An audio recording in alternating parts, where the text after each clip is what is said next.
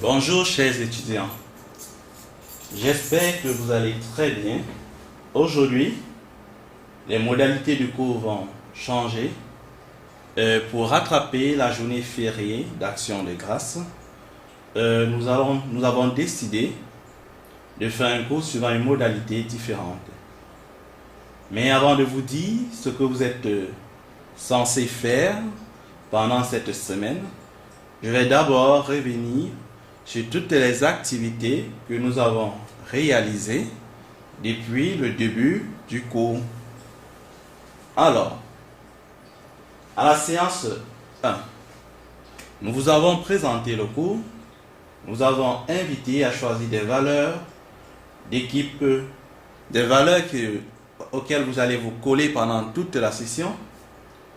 Nous avons parlé de la maquette de construction de maisons, de quartiers par équipe. Chaque équipe a choisi ses normes d'urbanisme et chaque membre de l'équipe a construit une maquette de maison qui était censée respecter ces normes d'urbanisme. Nous avons réalisé une activité d'introduction à la programmation, une activité dans laquelle nous vous avons invité à concevoir et programmer un compte Scratch, un compte sur Scratch, un logiciel de programmation. À la séance 2, nous avons montré comment faire la recherche de l'information.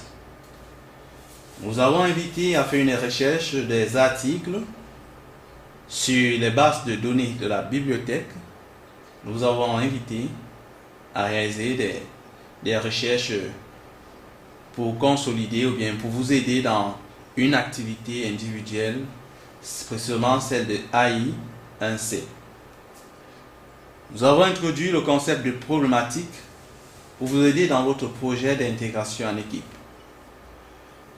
Nous sommes revenus sur le fait que la motivation, que les technologies ne motivaient pas les étudiants, que les technologies ne motivaient pas les apprenants, mais que certaines technologies, que l'usage de certaines technologies, certains usages de technologies pouvaient motiver certains apprenants dans certains contextes. Vous avez un journal d'apprentissage pour chaque équipe dans lequel vous notez tout ce qu'on a fait dans la séance, tout ce qui concerne la compétence étudiée, la compétence développée au cours de la séance. Nous avons conçu notre ville intelligente dans laquelle nous avons fait des bibotes se balader à l'intérieur en travaillant ainsi le repérage dans les plans, les concepts de gauche, de droite. À la séance 3, nous avons parlé de jeux numériques en éducation. Nous avons fait comprendre dans quel contexte ou bien dans quel type de jeu, avec les usages de jeux qui pouvaient permettre d'avoir une plus-value dans certains contextes en éducation. On a travaillé les sites de classe, on a exploré le site de classe de certains enseignants, on les a critiqués, on a vu ce qui était bien, et puis on a fait la différence entre un site de classe et un blog, précisément un blog et Edmodo. Après, nous avons travaillé la création des ressources éducatives numériques. Certaines équipes ont utilisé Learning Apps pour créer une ressource éducative numérique. D'autres ont utilisé Google Forms. Et les autres ont décidé d'utiliser Edmodo. À la séance 4, nous avons travaillé la compétence de résolution collaborative de problèmes. Et nous avons, dans un contexte de robotique pédagogique, ça vous a permis de vous familiariser avec l'usage des robots, précisément des robots Lego Widow, et leur programmation à partir du logiciel Scratch. Nous avons travaillé la démarche de résolution de problèmes, comment il fallait s'y prendre, les différentes étapes qui consistaient à explorer et comprendre le problème, ensuite représenter et formuler le problème, planifier et exécuter, faire un suivi et réfléchir sur les solutions qui ont été exécutées.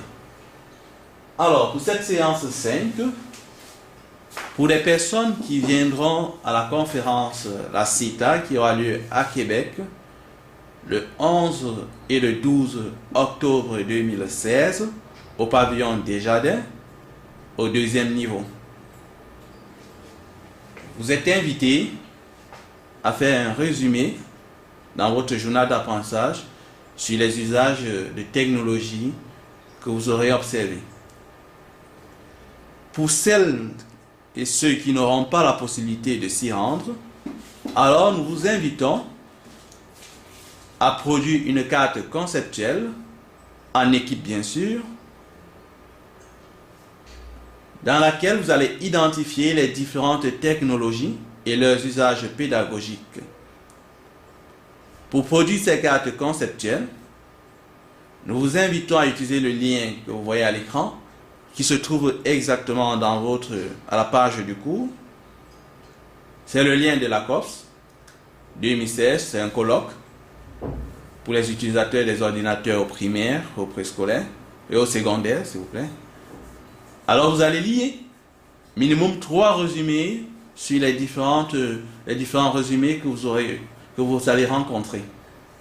Et pour chaque résumé, vous allez donc extraire les technologies et les différents usages qui ont été présentés.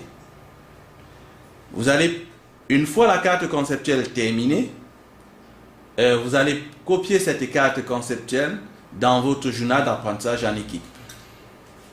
Je tiens à réitérer que c'est une activité que vous allez faire en équipe. Alors, après avoir réalisé la carte conceptuelle, nous vous invitons à avancer sur votre projet d'intégration, toujours en équipe. Le projet d'intégration a 8 étapes. Pour cette semaine, nous vous invitons à avancer et à réaliser les 3 premières étapes. La première étape, c'est l'identification d'une problématique éducative réelle. Nous avons eu l'opportunité de travailler cette étape. Nous vous invitons à la consolider, à être sûr que votre problématique elle est éducative, qu'elle n'est pas issue des technologies, mais que c'est une problématique qu'on retrouve en éducation.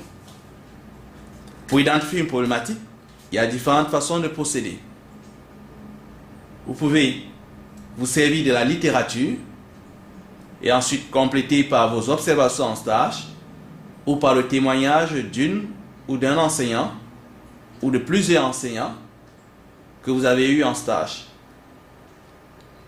La deuxième étape, vous devez décrire et analyser votre problématique. En quoi est-ce que votre problématique était pertinente? Donc vous allez montrer la pertinence scientifique et sociale, si possible, de votre problématique. Pour cela, vous devez utiliser des articles scientifiques que vous pouvez trouver dans les bases de données de la bibliothèque. Après avoir fini la deuxième étape, vous passez à l'étape 3.